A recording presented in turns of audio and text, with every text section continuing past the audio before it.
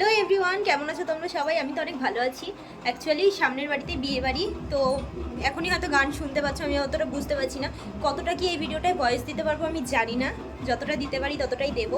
চলো তোমরা দেখতে থাকো। এখন হচ্ছে বেজে গেছে প্রায় 6:30 মতো। সবাই আমার উপর চিল্লাচ্ছে তাড়াতাড়ি তাড়াতাড়ি রেডি হও। তো আমি এখন রেডি হবো। চলো রেডি টেডি হয়ে দেখা হচ্ছে। ও হ্যাঁ, বলে দিই কী পরছি। একটা গ্রিন কালারের শাড়ি পরবো, মাথায় দেওয়া ফুল এনেছি, জুঁই ফুল, আমার তো খুব পছন্দের। চলো রেডি টেডি হয়ে তারপর দেখা করছি। রেডি হয়ে গেছি, এখন আমার মাথার ফুল খুলে যাচ্ছে বলে বৌদি ফুল লাগিয়ে দিচ্ছে। ভালো করে লাগাও। আসলে আমি এতটা লাউড কখনো করি না, তো আজকে লাউড হয়ে গেছে মেকআপটা। নাও রেডি টেডি হয়ে গেছি, মাকেও একটু মেকআপ করিয়ে দিয়েছি জোর করে। আর এই দেখো বাবা, আমি এখন খাটে যা সব সরঞ্জাম ছড়িয়ে রেখেছি, বাবা ওগুলো গোছাচ্ছে। আমরা যাব, বাবা পেছন পেছন আসবে। আর এই যে বৌদিরা,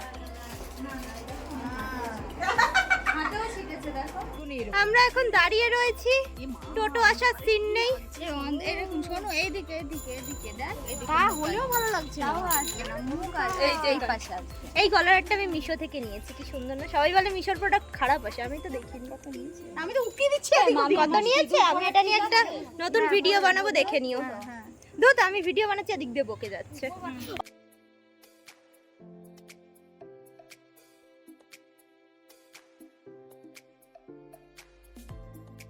অনেকক্ষণ পর টোটো এলো আর ফাইনালি আমরা বিয়ে বাড়িতে পৌঁছালাম। তোমরা কি একটা জিনিস খেয়াল করেছো? এটা কিন্তু সেই লজটাই যেখানে আমার বান্ধবীর বিয়ে হয়েছিল। তার দুদিন পরেই আবার সেই লজে আমি এসেছিলাম। এসেই প্রথমেই নতুন বৌদির সাথে ফটো টটো তুলে আমরা সবাই চলে গিয়েছিলাম পাকোড়া খেতে, আর যা যা ছিল ফুচকা। আমি তো ফুচকা অত বেশিও পছন্দ করি না, এমনি সময় হলে আলাদা ব্যাপার, কিন্তু বিয়ে বাড়ি গেলে আমি খেতে পারি না। এই যে বৌদিরা সবাই দেখো ফুচকা খাচ্ছে, আর এই যে আরেকজনকে দেখো, তোমাদের দেখিয়ে দেখিয়ে ফুচকাটা খেলো। কার কার ফুচকা দেখে লোভ লাগছে কমেন্টে জানিয়ে। আর আমার পাশে যেই তিনজন বৌদিকে দেখতে পাচ্ছ, ওরা আমার খুব কাছের। এছাড়াও আরেকজন রয়েছে যারই আজকে দেওরের রিসেপশন, সেই জন্য তাকে ফ্রেমে নেওয়া আর বেশি হয়ে উঠছে না, কিন্তু লাস্টের দিকে একটুখানি ফ্রেমে নিয়েছিলাম। আর এই যে বাচ্চাগুলো আইসক্রিম খাচ্ছিল, ওদের কাছ থেকে একটু ভাগ বসিয়ে নিয়েছিলাম। এই পাড়ার মধ্যে আমি ওদের একমাত্র পিসিমণি, এই আর কি। তো তোমাদের বলে দিই স্টার্টার আইটেমে কি কি ছিল। ছিল ফিশ বল, চিকেন পাকোড়া, আর একটা বোধহয় ভেজ পাকোড়া ছিল, যেটা আমার মনে নেই। খেয়ে নিয়েছিলাম কিন্তু খাওয়ার পরে আর মনে থাকে না। ভেতরটা এত গরম, বাবারে বাবা, প্রচন্ড গরম ভেতরে, বাইরে তাও দাঁড়ানো যাচ্ছে। আমি সেই শোবার আগে আমার টেনে টেনে এনেছি। তোমার লিপস্টিক কোথায়? তোমার খেয়ে নিয়েছে লিপস্টিক পরা ছিল। হ্যাঁ, পরানি দাঁড়া তুলবো। সেদিন প্রচণ্ড গরম পড়েছিল, যেই কারণে এক ফোঁটা ভেতরে থাকাই যাচ্ছিল না। এত গরমে লাইটের সামনে, আর লজটা না প্রচণ্ড ছোট, যেই কারণে সাফোকেশন মতো হচ্ছিল, আর গরমে দাঁড়ানো তো যাচ্ছিল না। দেখো বদ্দাদা এসছে, বদ্দাদা এইটুকু টাইম জাস্ট এসেই ঘেমে চুমে একাকার। আর মা বাবা দুজনকে এক ফ্রেমে নিয়েছিলাম, আর আমরা অনেকগুলো ফটোশ্যুটও করেছিলাম। আর বাইরে দাঁড়িয়ে ফটো তুলছি, তখনই দেখি কন্যাযাত্রীর বাসও চলে এসছে। এইভাবে কন্যাযাত্রী বরযাত্রী বাসে করে যাওয়াটা আমি খুব এনজয় করি, জানো তো। বাইরে দাঁড়িয়ে আছি কারণ ভেতরে অনেক গরম। একটু পরে খেয়ে দিয়ে বাড়ি যাবো। ভিডিওটা বেশি করতে পারছি না কারণ এত গরম, ভিডিও করার স্পেস পাচ্ছি না।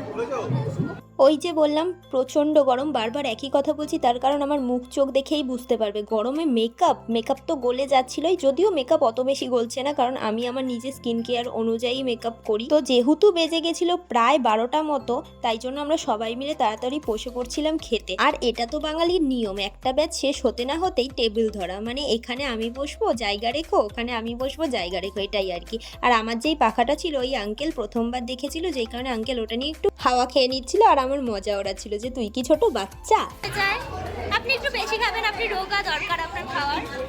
আর আমরা সবাই একসাথে ছিলাম, কিন্তু সবার একসাথে একটা টেবিলে তো হয় না, যেই কারণে সবাই ছন্ন ছাড়া হয়ে গিয়েছিলাম। পেছনে ছিল আমার বান্ধবীরা, আর এই টেবিলে ছিল আমার পাশে বৌদি, আর সামনেও বৌদি আর মা, আর এক বৌদি দাদা, ওরা অন্য টেবিলে। এক টেবিলে যদি সবাই বসে যেত কতই না ভালো হতো। আর টেবিল শুরু হতে না হতে দিয়েছিল জল, যেটার প্রচণ্ড দরকার ছিল, আর জলটা ছিল ঠান্ডা, এটাই তো আরও আনন্দের ছিল, যেই কারণে আমি প্রথমেই জল দিয়েই স্টার্ট করলাম, নাহলে কোনো খাবার তো খেতেই পারতাম না। যা গরম পড়েছে, এই গরমে কিছু খাওয়াই যায় না। আর আমি না সবচাইতে ভালো খাই শশা, পেঁয়াজ, শশা, এইগুলো যদি থাকে আমি ওগুলোই খেতে থাকবো। এখানে একটা ঘোটালা হয়ে গেছে, আমার মা তো চিকেন খায় না, মার পাতে মিক্সড ফ্রাইড রাইস পড়ে গেছে, যার মধ্যে চিকেন ছিল। এখন আমার রিয়াকশনটা দেখো। আমি ছোটোবেলা থেকেই আমার মাকে দেখেছি চিকেন খায় না, মাটন খায় এদিকে, কিন্তু চিকেন যেহেতু খায় না, বেশিরভাগ বিয়েবাড়িতে চিকেন হয় আর মার প্রবলেম হয়ে যায়। আর এখানেও সেম হলো, কিন্তু ওরা আলাদা করে মাকে আবার আরেকটা প্লেট দিয়েছিল যার মধ্যে মা মাছ দিয়ে খেয়েছিল।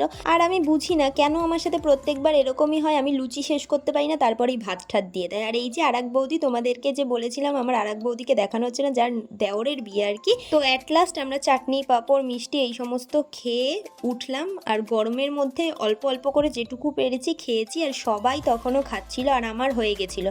আমি আর পারছিলাম না, যেই কারণে আমি বসে বসে ভিডিও রেকর্ড করছিলাম।